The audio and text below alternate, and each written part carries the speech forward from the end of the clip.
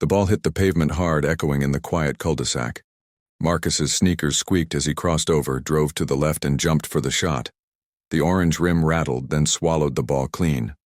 He grinned, sweat shining on his forehead, the kind of grin only a 15-year-old could have when the world felt lighter with every bounce of the ball. But that night, the air felt heavy. A shadow moved from across the street. Mr. Turner, the president of the Homeowners Association, had been watching.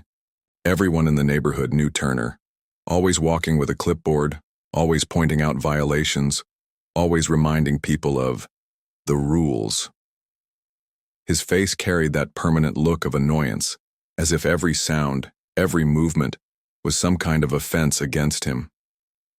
"You. Stop dribbling that ball." Turner's voice cracked the silence. Marcus froze mid-dribble. "I'm just practicing, sir." Turner marched closer, his polished shoes clicking against the asphalt. "I told you before, no basketball in this street. It's a violation. You people think you can just ignore the rules." Something in those words, it wasn't just about rules. Marcus felt it. The way Turner's eyes narrowed, the way his jaw clenched when he said, "You people." "I'm not bothering anyone," Marcus said, trying to keep his voice steady. But Turner's hand shot out, grabbing the boy's shoulder, yanking him back. The ball rolled away, bouncing into the gutter. Marcus's chest tightened. "Let me go," he shouted. Instead, Turner shoved him, hard. The back of Marcus's head clipped the metal pole of the hoop before he hit the ground. For a second, the whole street spun. Turner leaned over him, his face twisted with rage. "Learn your place." And then, headlights appeared at the end of the street. A black SUV pulled up fast, stopping just a few feet away. The doors swung open. A tall man in a dark jacket stepped out, his badge visible at his belt. His eyes landed on Marcus, then on Turner, who still hovered above the boy. That man was Marcus's father, an FBI officer, and the street would never be the same again. The night air was thick, still carrying the heat of the day. Marcus dribbled, crossed over, and launched another shot. The ball swished through the net. He jogged after it, but before he could line up again, a sharp voice broke the rhythm. "I told you about this already?" Marcus looked up. Turner was standing on the curb across the street, arms folded, his jaw tight like he'd been waiting for this moment. He wore his usual pressed polo tucked into khaki shorts, polished loafers that looked out of place on asphalt. Marcus swallowed. "I'm just practicing." "You're breaking the rules," Turner snapped. "This is a residential street. No basketball hoops allowed, no games in the road. It's all in the HOA guidelines." Marcus glanced around. The street was empty. "Nobody's out here. I'm not blocking cars. I'm not hurting anyone." Turner stepped forward. "It doesn't matter. Rules are rules, and you people don't get to ignore them." There it was again. You people. It wasn't the first time Marcus had heard it from Turner, but tonight it landed differently. Harder. Marcus tried to keep calm. "Look, I'll wrap up in a few minutes, okay?" But Turner's voice rose. "No. You wrap it up now. You don't belong out here disrupting the peace." Marcus dribbled once, steadying his nerves. "It's just a game." That sound, the bouncing ball, snapped something in Turner. He stormed across the street, his face red, his steps fast. Before Marcus could react, Turner's hand clamped down on his shoulder. "Hey!" Marcus shouted, jerking back. "You think the rules don't apply to you?" Turner barked, shoving him toward the curb. The ball slipped from Marcus's hand and rolled away. "Get off me." Marcus's voice cracked, but Turner didn't let go. His grip tightened, his face inches from the boy's. "You don't get to make noise here. You don't get to treat this place like your playground." Marcus shoved back with all the strength he had, breaking free. His chest pounded, a mix of fear and anger. "I live here too." Turner's face twisted. "Not for long if I have anything to say about it." And before Marcus could brace himself, Turner shoved him hard. The impact came fast. The back of Marcus's head clipped the metal pole of the hoop before he hit the pavement. Pain shot white-hot through his skull. For a moment, the world spun in dizzy circles. Turner loomed over him. Learn your place. Marcus struggled to push himself up, but his arms shook under his weight. His ears rang. He tasted copper. Then, headlights cut through the dark. A black SUV rolled to a stop just feet away. The driver's door flew open. A tall man stepped out, moving fast, his dark jacket flaring slightly with the motion. His badge glinted under. The streetlight clipped to his belt, Daniel Carter. His eyes locked on his son sprawled on the ground, then snapped to Turner, who still hovered above him. For a second, time froze. Daniel's jaw clenched, his fists balled at his sides, every muscle in his body coiled tight. What did you do to my son? Daniel's voice was low, controlled, but sharp enough to slice through the silence. Turner straightened, stammering. He was breaking HOA rules. I told him to stop, he wouldn't listen. You put your hands on him? Daniel cut in, his tone rising. Turner opened his mouth, but nothing came out. His eyes flicked to the badge on Daniel's hip, then back to Marcus, who was slowly sitting up, rubbing the back of his head. Daniel stepped closer, his frame towering over Turner. You don't touch my son ever, you hear me? Turner swallowed, his confidence slipping. I was just enforcing rules, and these aren't your rules to enforce on my boy, Daniel snapped. You want to talk about violations? Fine. But you lay a hand on him again, and I promise you, it won't be a conversation next time. Neighbors' lights flicked on. Curtains shifted. The street was waking up, drawn by the voices. A man across the road stood on his porch, phone in hand, recording. Turner's face flushed deeper, caught between pride and fear. He adjusted his polo, trying to regain composure. This isn't over, he muttered. Daniel crouched beside Marcus, helping him up. You okay, son? Marcus nodded weakly, still dizzy. His father's hand on his shoulder steadied him. Daniel turned, back to Turner, his eyes sharp. Go home. For a long moment, Turner stood there, breathing heavy, fists clenching and unclenching. Then, without another word, he spun on his heel and marched back across the street. His door slammed shut, blinds snapping closed behind him. The cul-de-sac fell silent again, except for Marcus's unsteady breathing and the faint buzz of the streetlights. Daniel kept his hand on his son's shoulder, his voice low now. Come inside. We'll deal with this. But inside both of them, something had shifted. This wasn't just about basketball anymore, it was about power, prejudice, and the fight that was coming.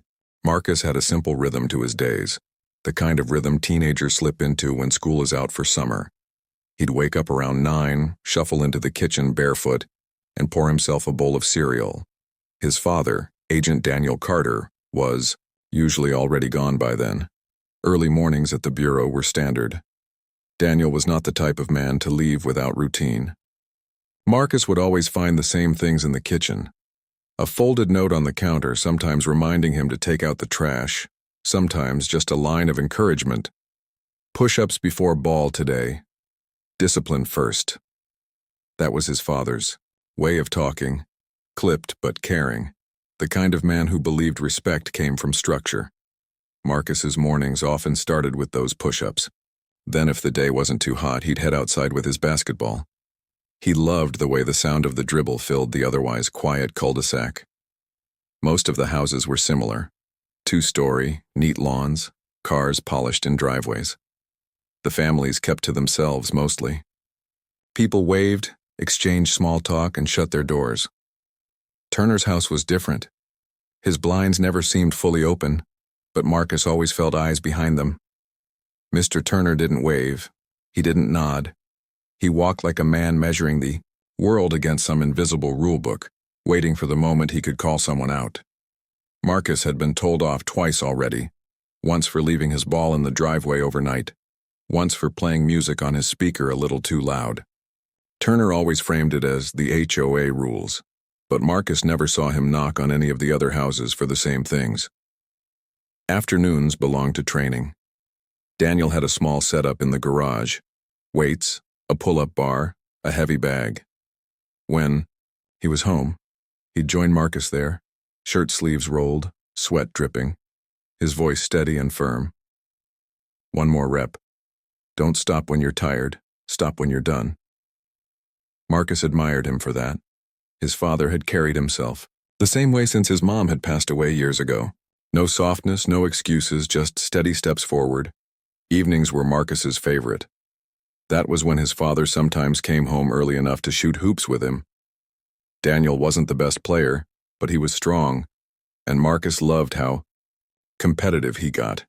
They didn't talk much while playing, but it was enough. The bond was in the rhythm of the game. That night, the night before everything changed, had been no different. Daniel had grilled burgers on the back porch.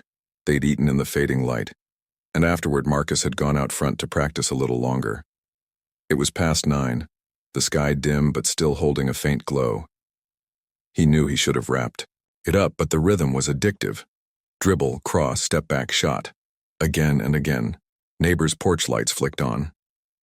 A couple of cars passed by, their headlights briefly washing over the hoop. The street was quiet otherwise, calm enough that Marcus felt he had the whole world to himself.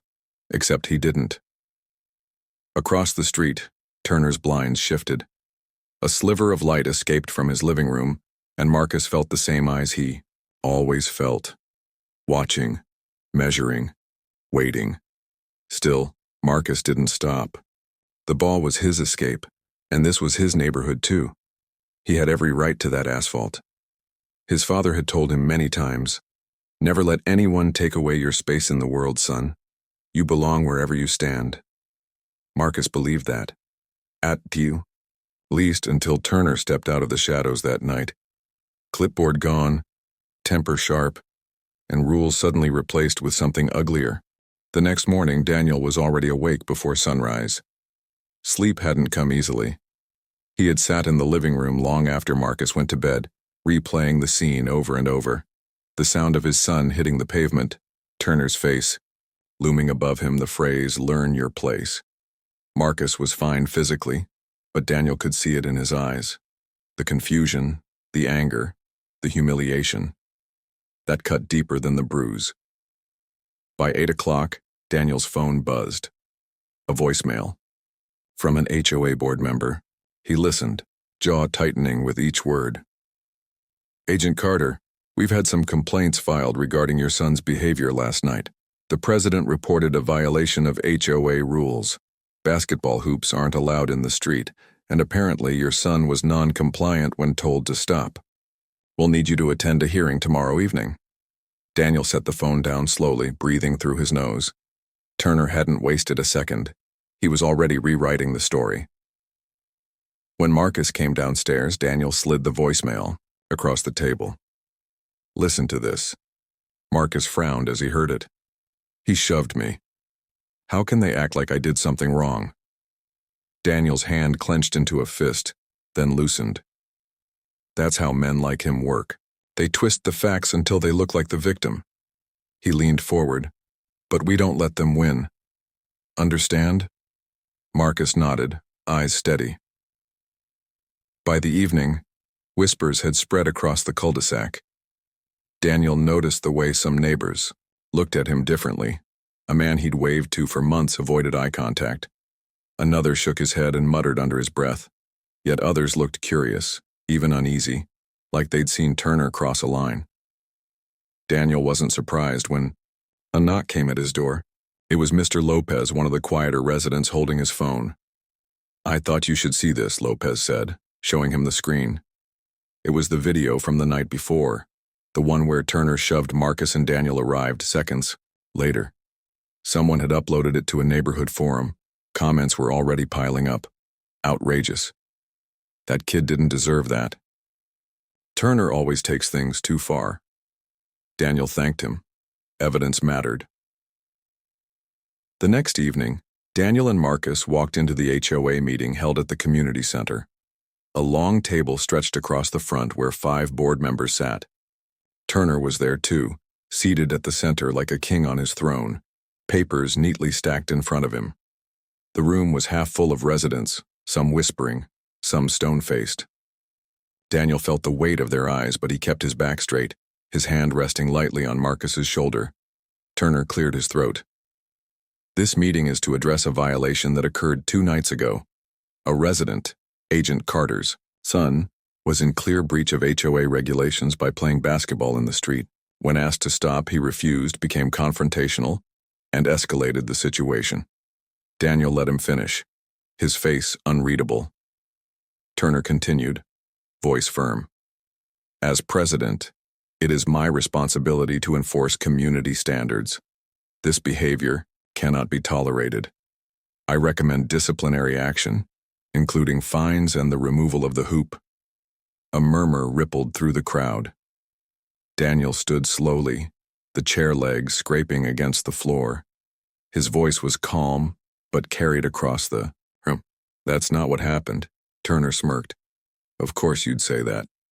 Daniel slid his phone from his pocket and placed it on the table. There's a video recorded by a neighbor, shows you putting your hands on my son, shows you shoving him into a pole, shows you telling him to learn his place. Gasps filled the room. Turner's face blanched. One of the board members leaned forward. Is this true? Daniel pressed play. The grainy footage appeared, shaky, but clear enough. The sound of the ball, Turner's angry voice, the shove, Marcus hitting the ground, and the headlights of Daniel's SUV. Silence followed, thick and uncomfortable. Turner shifted in his seat. That's out of context. He was resisting. He was provoking me, Daniel's voice cut through. He's 15. You're a grown man, an HOA president, and you think laying hands on a child is justified? Turner's face twisted. This is about rules, not race. Rules apply to everyone. Daniel's eyes narrowed. Then why did you say you people? Why did you single him out when other kids ride their bikes here, play catch, make noise? Turner's mouth opened, then closed. No words came. One of the board members, an older man with glasses, cleared his throat. Mr. Turner, this is very troubling. Physical confrontation is never part of HOA enforcement. Another leaned in. We need to take this seriously. This is beyond a rule violation. Turner slammed his palm on the table. You're all missing the point. If we let one family bend the rules, the whole neighborhood falls apart. Daniel leaned forward, his voice low but steady. What falls apart is trust. You don't lead a community by intimidation. You don't target families because they don't look like you. You don't shove children into the ground because they want to play basketball. The room was silent again. Every word landed heavy. Finally, one of the board members spoke. Mr. Turner will be reviewing your actions and your role as president. For now, you are suspended from duties until further notice. Turner's face went red, veins visible on his neck. He shot to his feet, glaring at Daniel. This isn't over. You think a badge and a video change anything? You don't belong here. Daniel stepped closer, his voice calm but sharp. We belong anywhere we live, and my son belongs on that street as much as any kid. The only person who doesn't belong leading this neighborhood is you. The crowd stirred, some clapping lightly, others nodding in agreement. Turner's eyes darted around, realizing the ground beneath him was slipping. With a furious glare, he grabbed his papers and stormed out of the room, his footsteps echoing down the hallway. Daniel sat back down beside Marcus, who looked at him with wide eyes. For the first time in 2 days, the boy allowed himself a small, proud smile. Daniel placed a hand on his shoulder. This fight isn't over, son. But today, we made our stand. The confrontation wasn't the end, but it was the crack in Turner's armor, the moment when the neighborhood saw him for what he truly was. And for Marcus, it was proof that he wasn't alone, that his father and the truth stood with him. The days after the meeting felt different in the neighborhood. For years, Turner had carried himself like he owned every driveway, every blade of grass, every crack in the pavement. Now his authority was cracked wide open. Neighbors who had stayed silent before began to speak. A man from 2 houses down stopped Daniel one morning while jogging. I saw the video, he said, slowing his pace. I've dealt with Turner's attitude too. Glad someone finally stood up to him. Another neighbor waved at Marcus when he was outside, even tossed him a basketball once with a smile. It wasn't much, but it was something. A shift, small but real. The HOA board moved quickly. Within 2 weeks, Turner was officially removed as president. The board cited misconduct unbecoming of leadership. Rumors swirled that Turner had threatened to sue, but no one took him seriously anymore. His blinds stayed shut most of the day and his clipboard disappeared. For the first time, the street felt lighter without his shadow. Daniel noticed the change in Marcus too. The bruise on his head had faded, but what mattered more was the fire in his eyes. He practiced every day, more determined than ever. But now when he dribbled the ball, he didn't look over his shoulder. He didn't wonder if Turner was watching. He played like he belonged. One evening, Daniel joined him again, both of them sweating under the streetlight. Marcus sank a three-pointer and grinned. "Think they'll try to stop me now?" Daniel smirked, wiping his forehead with his sleeve. "Let them try." They played in silence for a while, the sound of the ball echoing steady, rhythmic. Finally, Marcus asked, "Dad, why do people like him hate us?" Daniel held the ball in his hands, looking at his son. He could have given him a long speech about history, about fear, about ignorance, but he chose something simpler, something Marcus could hold on to. Because they're afraid of losing control. And when they see someone stand tall, someone who doesn't back down, it scares them. That's why we don't bow our heads, son. That's why we stand. Marcus nodded slowly. "So, I just keep playing?" Daniel smiled. "You keep living. You keep being who you are. That's how we win." Turner never apologized. Men like him rarely did. But Daniel didn't need an apology. What mattered was that his son saw the truth with his own eyes, that injustice could be fought, that silence could be broken, that lies could be exposed. The neighborhood had witnessed it too. They saw how fast Turner was willing to twist the story, how quick he was to put hands on a kid, and how ugly his words sounded in the open air. They saw a father stand up, not with fists, but with truth, discipline, and resolve. Weeks later, Daniel received a letter from the board. It thanked him for handling the confrontation with professionalism and restraint. He read it once and set it aside. He hadn't done it for their thanks. He'd done it because of the boy sleeping down the hall, the boy who now walked taller, dribbled louder, and believed deeper in his own place in the world. On a quiet Saturday morning, Marcus taped a new quote on the fridge. Daniel noticed it the next time he reached for the milk. The handwriting was messy but determined. "Never stop when they tell you to. Stop only when you're done." Daniel read it twice, a small smile tugging at his mouth. That was his son. Not broken, not bowed, stronger. And as he watched Marcus later that day, dribbling the ball in the same street where everything had happened, Daniel knew the lesson had settled deep. The world would always have men like Turner. But as long as fathers taught their sons to stand tall, to fight back with truth and dignity, then no street, no neighborhood, no rule book could take away their right to belong. Marcus dribbled, crossed, and shot. The ball sailed through the air, clean and perfect. It landed in the net with a satisfying swish. Daniel clapped once, firm and proud. That's how you do it. And for the first time in weeks, the street felt like home again.